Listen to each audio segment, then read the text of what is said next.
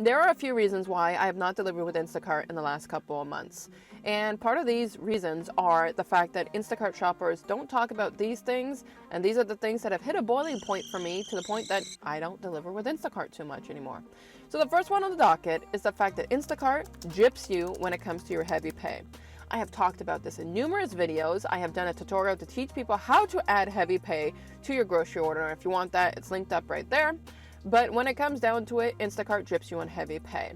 When you do a batch order that's 50 pounds or more, heavy pay of a top-up of $5 per 50 pounds is supposed to be added.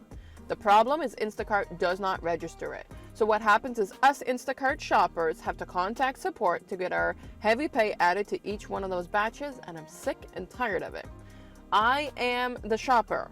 I am not the one working the system. The people working the system should justify their system more and fix the stupid thing, because it's constantly annoying and I had to do it every single time. Another thing that bugs me with Instacart that a lot of shoppers don't talk about, but now I admit they are speaking out about it. I have not talked about it because I have not done an order in a few months to talk about it, but let's raise the voice about it. It's the fact that Instacart is also gypping us on kilometers. I am not exactly sure if it's 40 cents or 60 cents per kilometer because I haven't looked in the app in a little while. But basically what Instacart is doing is they're treating kilometers like miles and they're paying us less. And this is docking shoppers at least $6 or $7 sometimes, depending how far your distance in kilometers are. So imagine this. You have to go on the app. You have to talk through a chat each time because they don't have a phone number to call. And you have to get heavy pay added and your kilometers fixed.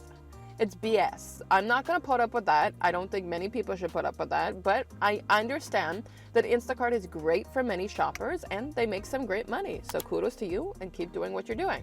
For me, those are the two hot and heavy topics that will make me stop delivering with Instacart.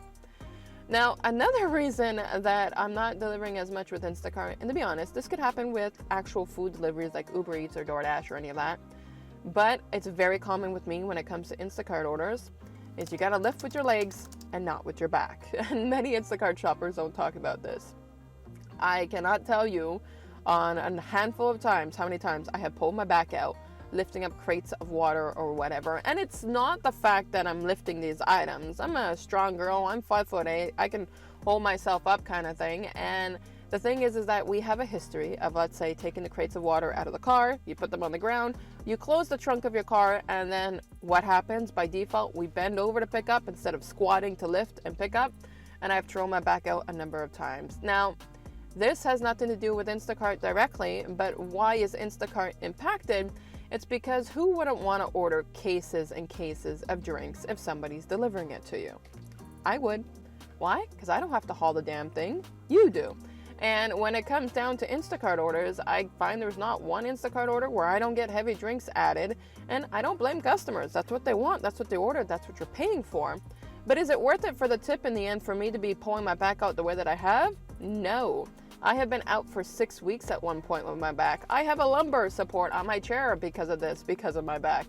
And I will let you know my back is fine and dandy currently right now, and that's because I stopped doing Instacart orders. Now, let's talk a little bit more about your vehicle.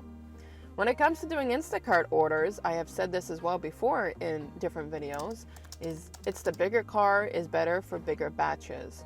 When you have a small car and you're doing Instacart batches, we have seen some hilarious videos of things being squeezed in between.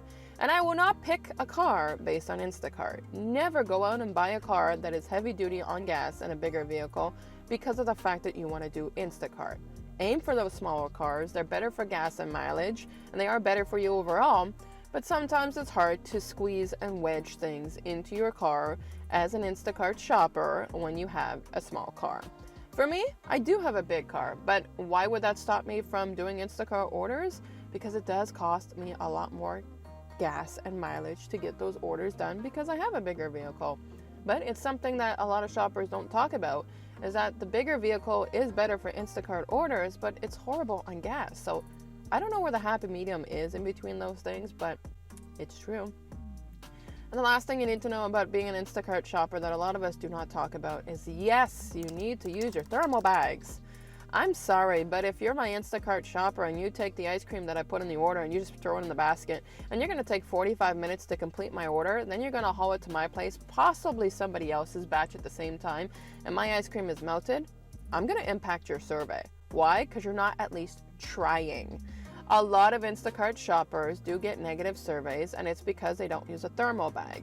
Because of the fact that there's a lot of produce that don't have existing plastic bags. There's compost bags and such, but to keep it off the metal of a shopping cart and prevent from E. coli or cross-contamination, put it in your thermal bag. Then organize the bags later when you get to the cashier and you buy the reusable bags for your customer, which, by the way, since I do get asked this a lot, yes, it gets charged to your customer. You don't pay for those reusable bags. But thermal bags make a huge difference when being an Instacart shopper, but I find it's not talked about a lot. A lot of the time, we talk about the fact that this is the type of batch, this is how many items per dollars or kilometers per dollars, but the thermal bag makes a big difference because you never know when somebody's just going to appreciate what you're doing because you're going that extra mile of using a thermal bag and provide you an additional tip when you're doing your Instacart order. So these are the 5 things that I definitely wanted to talk about when it comes to being an Instacart shopper that we don't talk about, and I'll catch you lovelies in the next video.